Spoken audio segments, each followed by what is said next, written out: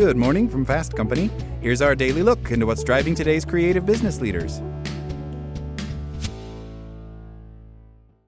Interviewing for a new job can be a nerve-wracking experience, but it's crucial to stay alert and identify potential red flags, as these may signal the role or company you're applying for is not a good fit. By recognizing these warnings early enough, you can make informed decisions and skip lost time on opportunities unaligned with your career goals. Many job seekers encounter red flags during interviews, ranging from witnessing the current staff's engagement or lack thereof, to unprofessional behavior from the interviewer, to being ghosted completely after the first round. To help you navigate this process effectively, we've compiled a list of red flags and how to avoid them. Lack of employee engagement. When you're being shown around the office or workplace during an interview, take a moment to observe the employees you pass by. Do they seem engaged and take a second to smile, say hello, or give a quick nod? These small gestures can tell you a lot about the workplace culture. Even in environments where the work is demanding, you can often tell if employees feel supported and valued by how they interact with others. If they seem content and open to acknowledging someone new, that's a good sign of a positive atmosphere where people enjoy coming to work. However, if employees appear tense, avoid eye contact, or seem too preoccupied to acknowledge your presence, it might indicate a less than ideal work environment. Such behavior can hint at underlying issues like stress and dissatisfaction.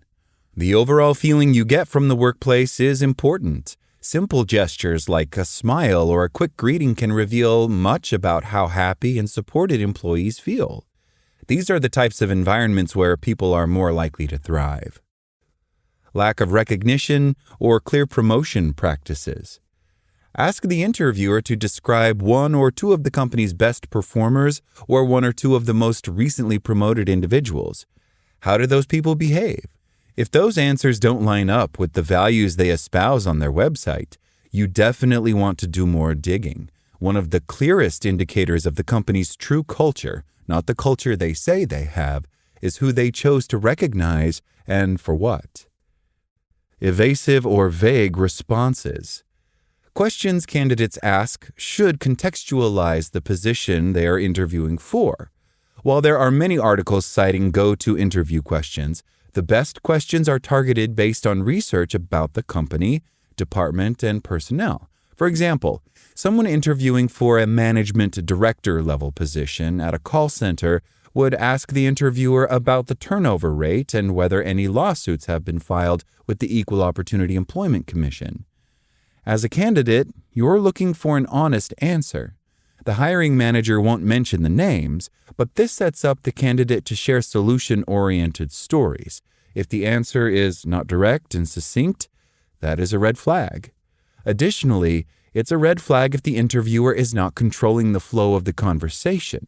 If the interviewer is intimidated by the candidate, and awkwardness will stifle any meaningful exchange of ideas, the candidate will wonder if they are getting a fair opportunity to impress.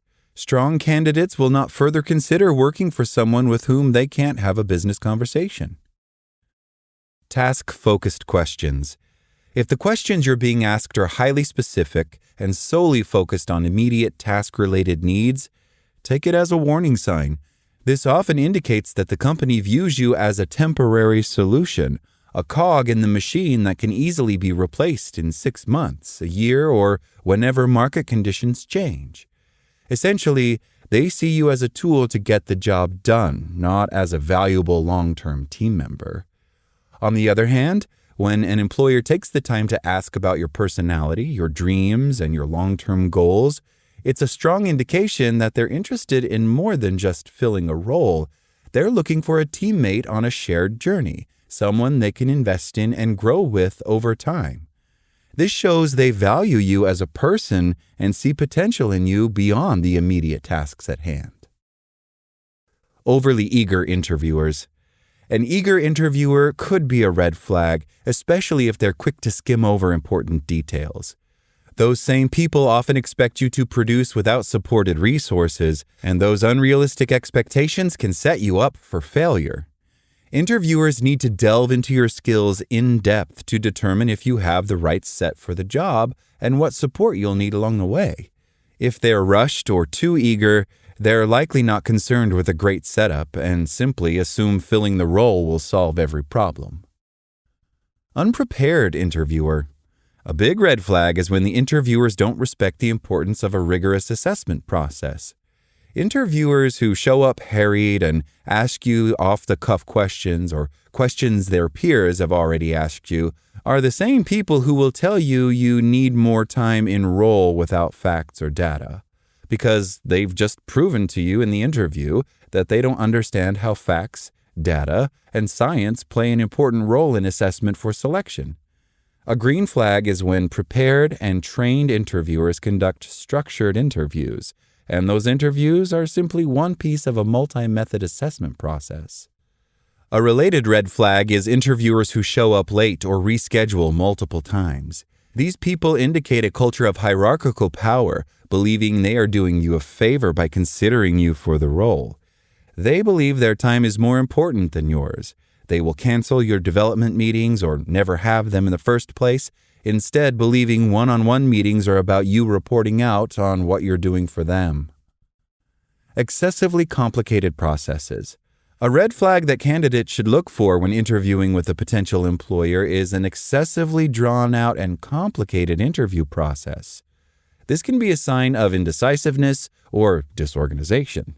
Moreover, it could be an indicator that the organization is unclear about what they are looking for or needing to fill the role, which could also suggest that they aren't clear on the role itself. The best interview processes are well-structured and transparent about whom you are meeting with, when, and what to expect regarding the next steps. In this way, everyone's time is respected, and it will demonstrate a commitment to respecting your value and expertise. One-way conversations. When the interview doesn't feel like a two-way conversation, start running. When considering a new employer, one-sided interviews that feel more like interrogations are a huge red flag. You should feel comfortable and be allowed to ask questions about the interviewer's opinion on the work environment, whether the position is newly created or why it's vacant, and what career trajectory within the company this position offers. Unresponsiveness and lack of feedback. How they treat you in the interview can reflect company culture. I've had candidates show up on a Zoom call for interviews where the hiring manager had their video turned off. Candidates get ghosted after several rounds of interviews with no feedback whatsoever. It can be frustrating and disheartening when this happens. However, in the long run, this is actually a good thing because no one really needs another toxic role where companies do not look after their people. Trust your instincts and don't be afraid to walk away from a role that doesn't feel right. That's all today from Fast Company. Talk to you tomorrow.